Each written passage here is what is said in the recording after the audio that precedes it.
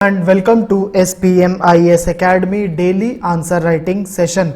इस सेशन में हम आपके साथ कुछ क्वेश्चंस डिस्कस करते हैं, उनका स्ट्रक्चर आपके साथ डिस्कस करते हैं and you can share your answer in our telegram group. SPMIS Academy students can share their answer in their respective batches WhatsApp group. So चलिए आज का सेशन स्टार्ट करते हैं. Today's question is going to be on the cyber security. So question जो है वो 3 things it is asking from you. First it is asking that it is asking you to explain cyber security and all its aspects.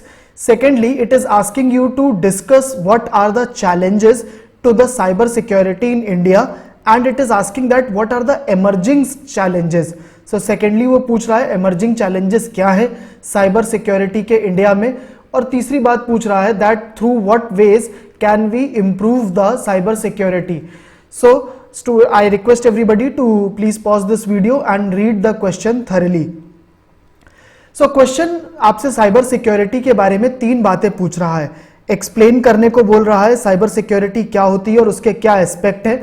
Second वो पूछ रहा है क्या challenges होते हैं साइबर सिक्योरिटी के, और थर्ड किस तरह से साइबर सिक्योरिटी को इंप्रूव करा जा सकता है. So this question is of 15 marks and this has to be answered in 250 words. That means 1 full A4 sheets both side included, और एक और A4 शीट जिसके केवल एक साइड ही आपको लिखना है. आपको A4 शीट में मार्जिन बनाना है 1 इंच का on both side and 1.5 inch from top. This question is important from the paper 4 internal security, जहां पर साइबर सिक्योरिटी एक स्पेसिफिक टॉपिक दिया हुआ है. डायरेक्टिव वर्ड एक बार क्विकली क्वेश्चन में देख लेते हैं. The first directive word is explain. Explain करने को जब भी आपको कुछ बोला जाता है तो आपको बिल्कुल लेमैन टर्म्स में बताना होता है, सिंपल भाषा में उस चीज के बारे में. और सेकंड बात बोली जाती है डिस्कस करने को. डिस्कस करने का मतलब है आपको इन डेप्थ एनालिसिस करनी है और सारी बातों को इलैबोरेट करके बताना है. सो क्विकली स्टार्ट करते हैं और देखते हैं कैसे इस क्वेश्चन को आंसर कर सकते हैं. क्वेश्चन बहुत ही सिंपल है, इसने अच्छे से ब्रेक डाउन करा हुआ है. आपको बस सिंपली इस क्वेश्चन को एक एक पार्ट को एड्रेस करते जाना है और आंसर करना है. तो सबसे पहले स्टार्ट करते हैं first part of the question where you are going to explain the cyber security and all its aspect. Introduction की इसमें अलग से कोई जरूरत नहीं है क्योंकि क्वेश्चन आपसे डायरेक्टली पूछ रहा है कि साइबर सिक्योरिटी क्या होती है. आप स्टार्ट करिए साइबर सिक्योरिटी की डेफिनेशन के साथ. साइबर सिक्योरिटी का मतलब होता है हमें अपनी साइबर स्पेस जो होती है उसको किसी भी प्रकार के अटैक से, डैमेज से या मिसयूज से, और तो और जासूसी के जो तरीके होते हैं, इकोनॉमिक जासूसी की, इकोनॉमिक इंफॉर्मेशन कोई चोरी करने की कोशिश करता है उससे भी बचाना होता है. मैं फिर से बता रहा हूं कि हमारी जो साइबर स्पेस है, साइबर स्पेस का मतलब है कि हमारी जो भी इंटरनेट से जुड़ी जो कंप्यूटर, मोबाइल या जो जितने भी हमारे नेटवर्क के टावर हैं या जितना भी जो कुछ भी हमारे यहाँ इंफॉर्मेशन टेक्नोलॉजी से जुड़े इक्विपमेंट है, तरीके हैं, टेक्नोलॉजी है, वो सब साइबर स्पेस का पार्ट आ जाती है. और ऐसी साइबर स्पेस को हमें बचाना है किसी भी तरीके के अटैक से, या कोई भी तरीका जो डैमेज करता हो उसको, या उसका मिसयूज करा जा रहा हो, या फिर किसी भी तरीके का जो जासूसी करने के तरीके होते हैं उन सब से बचाना ही हमें साइबर सिक्योरिटी बोला जाता है. दूसरी बात आपको बतानी होती है कि कंपोनेंट्स क्या हैं साइबर सिक्योरिटी के. लेकिन कंपोनेंट्स बताने से पहले मैं एक और बात डिस्कस करूंगा कि साइबर अटैक्स कैसे होते हैं, और उसके बाद हम लोग आएंगे साइबर सिक्योरिटी के कंपोनेंट्स पर. आप अपने आंसर में पहले कंपोनेंट्स ही लिख लीजिएगा, वो बेटर रहेगा. लेकिन जो लोग जिनको नहीं पता है कि साइबर अटैक्स क्या होता है और साइबर सिक्योरिटी क्या होता है, उनके लिए मैं पहले साइबर अटैक डिस्कस कर लेता हूं. इसके थ्रू आपको बेटर समझ में आएगा साइबर सिक्योरिटी क्या होती है. देखिए, साइबर अटैक्स का मतलब है किसी भी तरीके के वो अटैक जो हमारी साइबर सिक्योरिटी के लिए खतरा बन जाए. जैसे कि होते हैं malware. Malware are nothing but these are softwares. Software बोल दीजिए, या आपके फोन में जो इंस्टॉल होने वाली ऐप होती हैं आप उनको एप्स बोल दीजिए. तो ये करते क्या है, ये सॉफ्टवेयर या ये ऐप जो होती हैं इनका मैलिशियस होते हैं. मैलिशियस मतलब इनकी जो इनका काम होता है वो गलत होता है, ये मिसयूज करते हैं और ये मिसयूज करके किसी तरीके की डैमेज कर सकते हैं. इसका सबसे बड़ा एग्जाम्पल है, अभी हाल फिलहाल में ही आपने पढ़ा था न्यूज़पेपर एनालिसिस में कि ईरान जो है उसने इजराइल के अगेंस्ट इसका जो इजराइल का डीसैलिनेशन प्लांट है वहां पर उन्होंने एक मैलवेयर इंस्टॉल करने की कोशिश करी थी, जिससे कि इजराइल का जो वाटर सप्लाई सिस्टम है, ड्रिंकिंग वाटर सप्लाई सिस्टम, उसमें क्लोरीन की क्वांटिटी को घटाया या बढ़ाया जा सके और लोग जो है इजराइल के लोग उनकी हेल्थ में फर्क पड़ेगा। So this was done because Iran की एक न्यूक्लियर फैसिलिटी पर इजराइल ने अटैक करा था।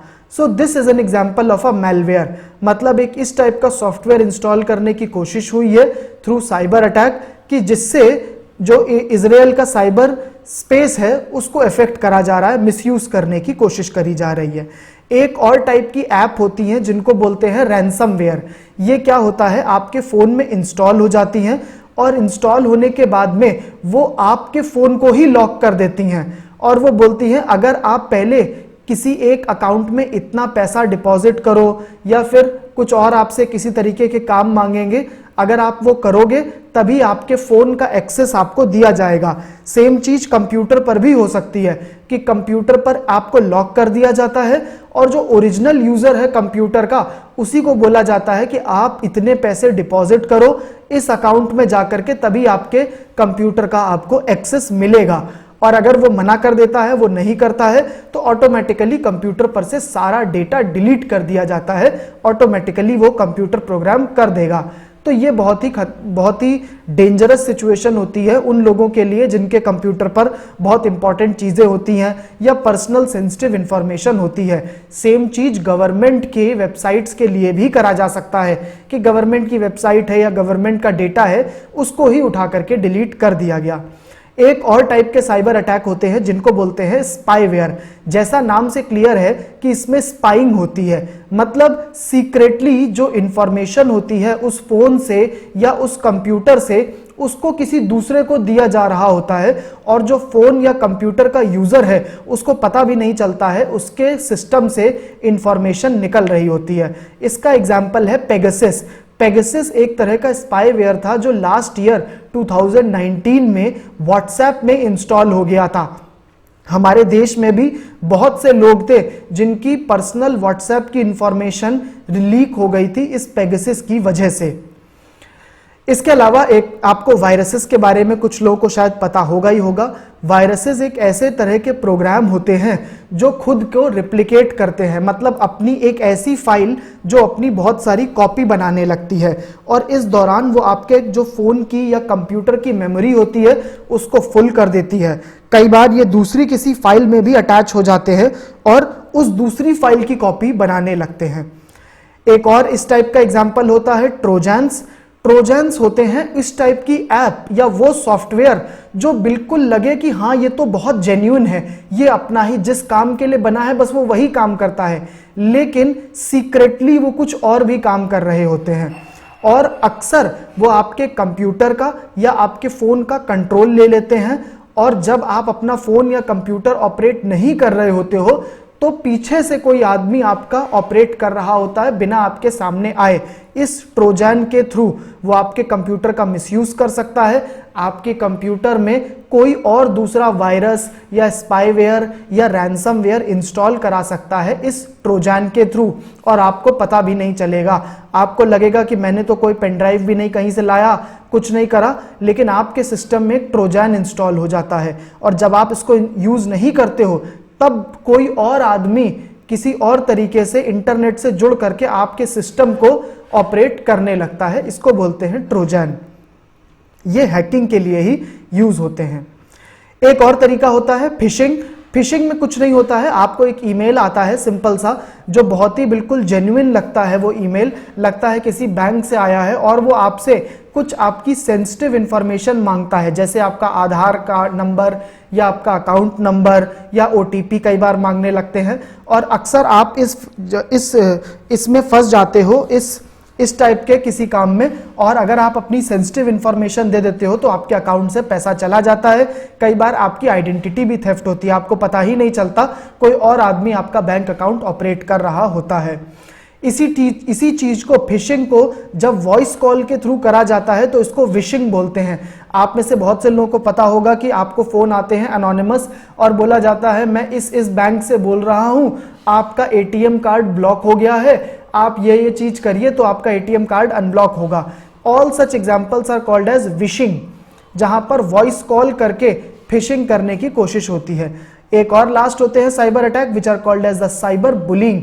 यहां पर क्या होता है कि आपके फोन में कुछ ऐप या कोई सॉफ्टवेयर आ जाएगा आपके कंप्यूटर पर और वो आपको थ्रेट देने लगेगा। थ्रेट देगा कि मैं आपकी पर्सनल इंफॉर्मेशन लीक कर देंगे, हम आपकी, नहीं तो हम आपका सिस्टम जो है उसमें कुछ प्रॉब्लम कर देंगे, या फिर हम आपकी फैमिली को कंट्रोल कर लेंगे। इस टाइप की किसी भी थ्रेट को साइबर बुलिंग बोला जाता है। ये आपके सोशल मीडिया अकाउंट के थ्रू भी हो सकती है। So all these are the types of the cyber attack.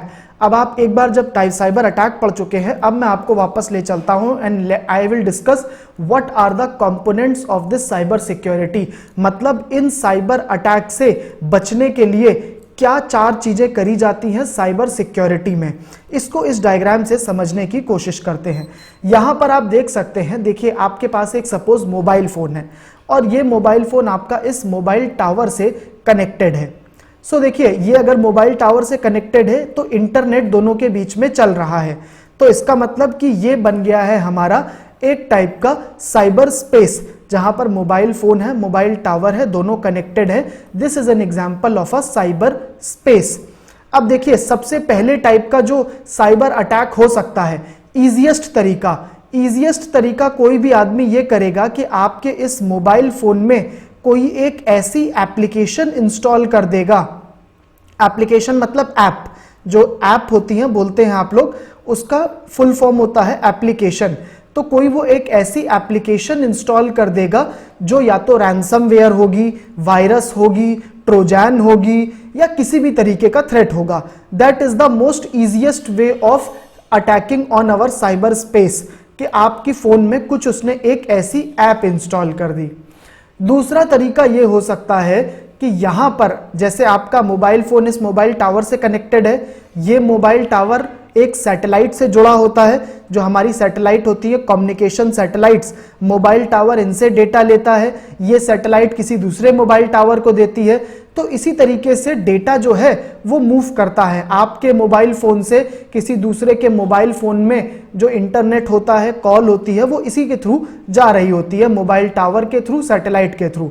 दूसरा तरीका ये है हमारी साइबर स्पेस को अटैक करने का कि आप ये जो नेटवर्क है, इस नेटवर्क को किसी तरीके से डैमेज कर दीजिए। और इन सिंपल वर्ड्स अगर मैं बताऊं कि आप ये सैटेलाइट है, सपोज चाइना को अगर अटैक करना है, चाइना को हमारी साइबर स्पेस पर अटैक करना है, तो वो क्या करे, वो अपनी एक मिसाइल लाए और मिसाइल से इस सैटेलाइट को ही डैमेज कर दे।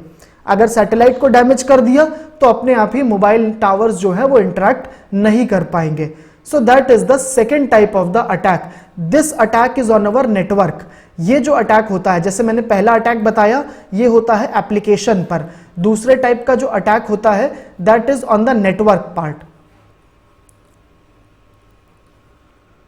सो पहली चीज होती है आपको अपने एप्लीकेशन की सिक्योरिटी करनी होती है साइबर सिक्योरिटी में। दूसरी है आपको नेटवर्क की सिक्योरिटी करनी होती है। तीसरी चीज जो आपको सिक्योरिटी करनी होती है वो होती है आपकी इस इंफॉर्मेशन की। देखिए ये कैसे होती है, सपोज ऐसा भी तो चाइना कर सकता है, चाइना, पाकिस्तान या कोई भी आदमी जिसके कुछ गलत इंटेंशन है। सपोज इफ दिस पर्सन जिसके कुछ गलत इंटेंशन है, वो क्या करे, इसके पास एक लैपटॉप है और इस लैपटॉप के थ्रू वो क्या करे, कनेक्शन बनाए आपका इस मोबाइल टावर के थ्रू, कनेक्शन बनाए और मोबाइल टावर को हैक कर दे।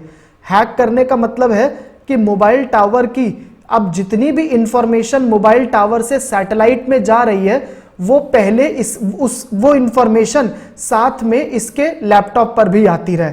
वो इस इंफॉर्मेशन को, चाहे कोई भी, आप अपने फोन से बात कर रहे हैं, वो आपकी भी इंफॉर्मेशन इसके पास आ रही है और फिर वो क्या कर सकता है, आपकी इस इंफॉर्मेशन को डिकोड कर देगा।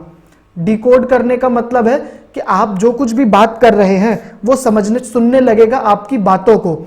आपके जो पासवर्ड्स होते हैं, आप में से बहुत से लोग होंगे जो गूगल पे ऐप यूज करते हैं, फोन पे, पेटीएम, इन सब में पासवर्ड्स होते हैं। वो क्या करे, आपके इन पासवर्ड्स को डिकोड करने लगे और एक बार जब उसने पासवर्ड्स को डिकोड कर लिया तो वो अपने फोन से भी आपके फोन को आपकी इन ऐप्स को ऑपरेट कर सकता है। आपके OTPs को डिकोड कर सकता है।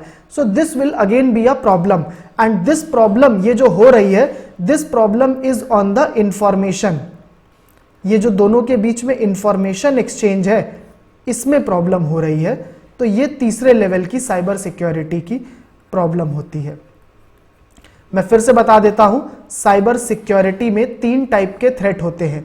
सबसे पहला थ्रेट है कि आपके फोन में किसी ने कोई गलत एप्लीकेशन ही इंस्टॉल कर दी, ये है एप्लीकेशन लेवल पर। सेकंड है कि ये जो नेटवर्क है मोबाइल फोन से मोबाइल टावर और सैटेलाइट, इसको डैमेज कर दिया, तो ये सेकंड लेवल का साइबर सिक्योरिटी में थ्रेट है। और तीसरा है कि ये जो इंफॉर्मेशन एक्सचेंज हो रही है, इसी को ही डिकोड कर लिया और इस इंफॉर्मेशन को ही एक्सेस करने लगे, तो हमारी कुछ पर्सनल इंफॉर्मेशन रहेगी नहीं, हमारे बैंक अकाउंट और सब इंफॉर्मेशन लीक हो सकती है। सो ये थर्ड लेवल का अटैक है। तो ये जो 3 चीजें हैं, एप्लीकेशन सिक्योरिटी, नेटवर्क सिक्योरिटी और information security, these are the 3 component of cyber security. There is also one other component and that is disaster recovery planning। इसका मतलब होता है कि ये जो साइबर सिक्योरिटी है, आपको इसके लिए पहले ही रिस्क को असेस कर लेना होता है, पहले ही जज कर लेना होता है, और even before any such attack happens, आपको पहले ही इसको रिकवर करने की स्ट्रैटेजी बना लेनी होती है। मतलब पहले से तैयारी करके रखना is the 4th component of the cyber security. तो 4 कंपोनेंट की बातें कर ली, और इस तरीके से हमने first part of the question that is explaining the cyber security and all its aspect कर दिया है। आइए चलते हैं सेकंड पार्ट पर चलते हैं and see that what are the emerging challenges to the cyber security in India. देखिए, सबसे बड़ा चैलेंज आज के टाइम पर है डिजिटल पेमेंट्स स्टार्ट हो जाना। इसकी वजह से online frauds, fishing, wishing, ransomware, ये सब बहुत बढ़ गया है। आप इसमें एग्जांपल दे सकते हैं, गूगल पे, फोन पे, पेटीएम, ये सब बहुत पॉपुलर हो गए हैं, और अब व्हाट्सएप पे भी आने वाला है। कल के न्यूज़पेपर एनालिसिस में आपने देख लिया होगा, व्हाट्सएप पे भी स्टार्ट होने वाला है। उसकी व्हाट्सएप की एक्सेस बहुत ज़्यादा है, बहुत सभी लोग व्हाट्सएप यूज़ करते हैं, और एक बार ये आने के बाद में और ज़्यादा लोग डिजिटल पेमेंट यूज़ करेंगे, जिसकी वजह से ज़्यादा प्रॉब्लम्स भी आने लगेंगी। तो ये एक इमर्जिंग चैलेंज है, ये आने वाला चैलेंज है। अच्छा, दूसरी बात करते हैं कि ऑनलाइन टेक्नोलॉजीज का जो पेनिट्रेशन है इंडिया में बहुत ज़्यादा हो गया है। मतलब बहुत ज़्यादा लोग आज के टाइम पर ऑनलाइन टेक्नोलॉजीज यूज़ करने लगे हैं। इसमें सबसे बड़ी चीज़ है ऑनलाइन क्लासेस होना। स्टूडेंट्स बहुत ज़्यादा देखने लगे हैं, और उसकी वजह से वो साइबर बुलिंग और मैलवेयर इनके लिए बहुत एक्सपोज्ड हो गए हैं। आपको पता है, स्टूडेंट्स जो होते हैं, जब उनको फ़ोन मिलता है तो बच्चे बहुत सारी नई नई ऐप्स डाउनलोड करते हैं। Many of these my apps might be very unsafe, वो कहीं गलत जगह से भी डाउनलोड कर सकते हैं। इसके अलावा डिजिटल लिटरेसी इंडिया में एक बहुत बड़ा इशू है। लोगों को पता नहीं होता है कि डिजिटल प्लेटफॉर्म्स पर क्या करना होता है, क्या नहीं करना होता है। As a result many people, even the literate and learned educated people, they also many times fall prey to such kind of cyber attacks. Then the third problem is cyber warfare and cyber terrorism. Cyber warfare का मतलब है कि जब 2 countries अपनी army और अपनी navy लेकर के कन्वेंशनल वॉर नहीं लड़ते हैं, मतलब जो ग्राउंड पर होता है वॉर, आर्मी और जिसमें नेवी और एयरफोर्स लड़ते हैं, वो नहीं, लेकिन एक दूसरे की साइबर स्पेस पर अटैक करते हैं। गवर्नमेंट की इंपॉर्टेंट वेबसाइट्स हो गई, बैंक्स की वेबसाइट हो गई, इन सबको हैक कर लेते हैं, परमानेंटली इंफॉर्मेशन डिलीट कर देते हैं। That is called as a cyber warfare. जैसा इसका एग्जांपल है कि ईरान ने, अभी जो मैंने बताया था कि इजराइल ने अटैक करा न्यूक्लियर प्लांट पर एट नटांस, उसको रिटेलिएट करा अटैक करके on desalination plant of Israel. So this was a type of a cyber warfare। इसी से सिमिलर होता है साइबर टेररिज्म। यहां पर जो टेररिस्ट होते हैं वो किसी कंट्री के जो साइबर स्पेस है उसमें अटैक करते हैं। Then the 4th type of the problem is the espionage and security challenges, जहां पर एक कोई भी जो आदमी जो गलत यूज करना चाहता है वो जासूसी करने की कोशिश करता है, इंफॉर्मेशन स्टील करता है। सिक्योरिटी चैलेंजेस भी आ सकते हैं जहां पर सेंसिटिव इंफॉर्मेशन निकलती है। इसका एग्जांपल है, भारत सरकार ने टिकटॉक को और 59 अदर चाइनीज ऐप्स को यही बोल करके बैन करा था that they are sensitive to India security concern, और यही बोल करके अमेरिका भी बैन करना चाह रहा है। तो आप देख सकते हैं क्योंकि टिकटॉक और जो चाइनीज कंपनीज होती हैं, चाइनीज ऐप्स होती हैं, उसके बारे में बहुत से लोग दुनिया में बोलते हैं कि वहां पर चाइनीज सरकार उनका यूज करती है जासूसी करने के लिए। यही बोल करके हुवेई को भी बैन करा गया था। तो ये इसका फोर्थ एग्जाम्पल है। Then last is health. अभी इंडिया में हेल्थ इंफ्रास्ट्रक्चर, डिजिटल इंफ्रास्ट्रक्चर बहुत बढ़ रहा है। आरोग्य सेतु ऐप नियरली सबके पास है, नेशनल डिजिटल हेल्थ मिशन है, जिसकी वजह से this can also become a challenge. So these are all the emerging challenges. आगे चलते हैं और देखते हैं कैसे इनको इंप्रूव करा जा सकता है। सबसे पहला इंप्रूव करने का तरीका है कि हमारी जो ऑलरेडी एजेंसी है CERT In, computer emergency response team, इसको हमको और पावरफुल बनाना है। बहुत से मौकों पर सर्ट इन की परफॉर्मेंस अच्छी नहीं रही है, जैसा लास्ट ईयर पेगासस अटैक हुआ था और सर्ट इन ने हमें टाइमली इंफॉर्मेशन नहीं दे पाई थी। सेकंड तरीका है कि अभी हमारे देश में हमें साइबर डिटरेंस डिफेंसिव होती है, हमें इसको ऑफेंसिव करना है। साइबर डिटरेंस का मतलब होता है कि कोई भी कंट्री या कोई भी आदमी हमारी साइबर स्पेस पर अटैक ना कर पाए, इस चीज को हम बोलते हैं साइबर डिटरेंस। सिंपल भाषा में बताऊं तो सपोज आपके घर में अगर आपको लगता है कोई चोरी कर सकता है, तो आपके पास दो तरीके होते हैं। पहला तरीका होता है, अगर कोई चोरी कर सकता है तो आप अपने घर में बहुत सारे सिक्योरिटी कैमरा लगा दें, आप अलार्म सिस्टम लगा दें, आप ताले लगा दें, बहुत सारे locks, alarm and so many security features you can install in your home. But that is called as a defensive mechanism, क्योंकि जब चोर चोरी करने आएगा तब आप उसको डिफेंड करोगे अपने घर को। एक और तरीका होता है, इसको बोलते हैं ऑफेंसिव डिटरेंस। इसमें क्या होता है कि आप अपने घर में ये सारे डिफेंसिव मैकेनिज्म तो लगाएं, मतलब आप अपने घर में जो लॉक्स होते हैं, जो सिक्योरिटी कैमरास हैं, अलार्म है, वो सब तो लगाएं, लेकिन अगर चोर चोरी करने आएगा तो आपके पास ये कैपेबिलिटी भी है कि आप चोर के घर जाके चोरी कर लोगे। मतलब आप ऑफेंसिव हो जाओगे, आप अटैकिंग मोड में आ जाओगे कि अगर कोई आपकी साइबर स्पेस पर आके अटैक करता है, सपोज पाकिस्तान या कोई भी चाइना या कोई भी आपकी साइबर स्पेस में अटैक करेगा, तो उनको पता है कि इंडिया के पास भी एक साइबर आर्मी है, जो कि अगर वो इंडिया पे अटैक करेंगे तो इंडिया की साइबर आर्मी उनके यहां अटैक कर देगी साथ में। इसको बोलते हैं ऑफेंसिव साइबर डिटरेंस। अभी इंडिया के पास ऐसी कुछ ऑफेंसिव साइबर डिटरेंस नहीं है, अभी हमने केवल डिफेंसिव साइबर डिटरेंस करा हुआ है, जिसमें सबसे इंपॉर्टेंट है सर्ट इन। बहुत जरूरी है, हमें ऑफेंसिव स्ट्रैटेजी भी बनानी है, क्योंकि आगे साइबर वॉरफेयर बहुत ज्यादा होने वाला है। थर्ड होता है कि हमें वेरियस एजेंसीज के बीच में कोऑर्डिनेशन करना है। जैसे नीति आयोग ने लास्ट ईयर भी बोला था कि हमारे यहाँ बहुत सारी बॉडीज हैं, जिसकी वजह से हमारे यहाँ साइबर सिक्योरिटी उतनी प्रॉपरली नहीं हो पाती है। हमें ह्यूमन रिसोर्स, जो लोग जो एक्सपर्ट होते हैं साइबर सिक्योरिटी में, उनको ज़्यादा से ज़्यादा डेवलप करना है, ज़्यादा से ज़्यादा अच्छे इंजीनियर्स जो साइबर सिक्योरिटी में स्पेशलिस्ट हैं उनको लाना है। इसका सबसे बड़ा एग्जाम्पल है कि अभी जब आरोग्य सेतु ऐप आई थी तो गवर्नमेंट ने एक प्रोग्राम चलाया था जिसमें बोला था कि वो लोग जो आरोग्य सेतु ऐप में अगर कुछ प्रॉब्लम है, उसके साइबर सिक्योरिटी में कुछ प्रॉब्लम है, तो जो लोग बताएंगे उनको गवर्नमेंट अपनी तरफ से 3 लाख रुपए का रिवॉर्ड देगी। तो इसको बोलते हैं एथिकल हैकिंग करवाना। मतलब आप, सरकार खुद ही पूछती है कि बता दो मेरी वेबसाइट में या मेरे ऐप में या मेरा जो सिस्टम है उनमें क्या प्रॉब्लम है, लोगों से खुद ही पूछती है, और लोग फिर उसको हैक करने का ट्राई करते हैं। वो एक्चुअल हैकिंग नहीं करते हैं, वो बस सरकार को बता देते हैं कि ये वीकनेस है आपकी ऐप में जिस पर कोई हैक कर सकता है, और ऐसा जब कोई बताता है तो सरकार उसको रिवॉर्ड देती है। ये सरकार ने करा था हमारे आरोग्य सेतु के लिए। तो आप सजेशन दे सकते हैं कि this can be more encouraged for all other system.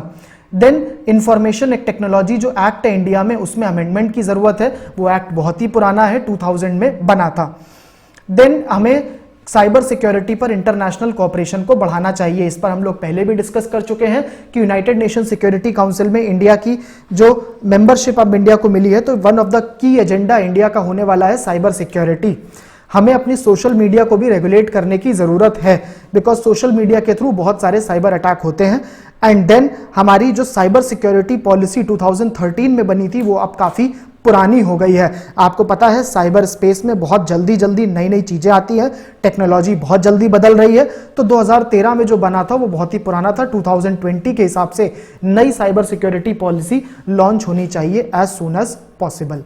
आप इस आंसर को कंक्लूड कर सकते हैं ये लिख करके कि जो जैसे जैसे टेक्नोलॉजी एडवांस हो रही है वैसे वैसे साइबर सिक्योरिटी को ही उतनी ज़्यादा ज़रूरत है जितना ज़्यादा हमारा डिजिटल इंफ्रास्ट्रक्चर की ज़रूरत है। सरकार अगर ज़्यादा से ज़्यादा लोगों के हाथ में सस्ते फ़ोन पहुंचा रही है, उनको डिजिटल टेक्नोलॉजी सबको दे रही है, तो बहुत ज़रूरी है साइबर सिक्योरिटी पर भी ध्यान दे, और तभी हम आगे जितनी भी प्रॉब्लम्स होंगी उनको ख़त्म कर सकते हैं। तो इस टाइप का आप एक कंक्लूजन यहाँ पर लिख सकते हैं। This is it for today's session. Thank you.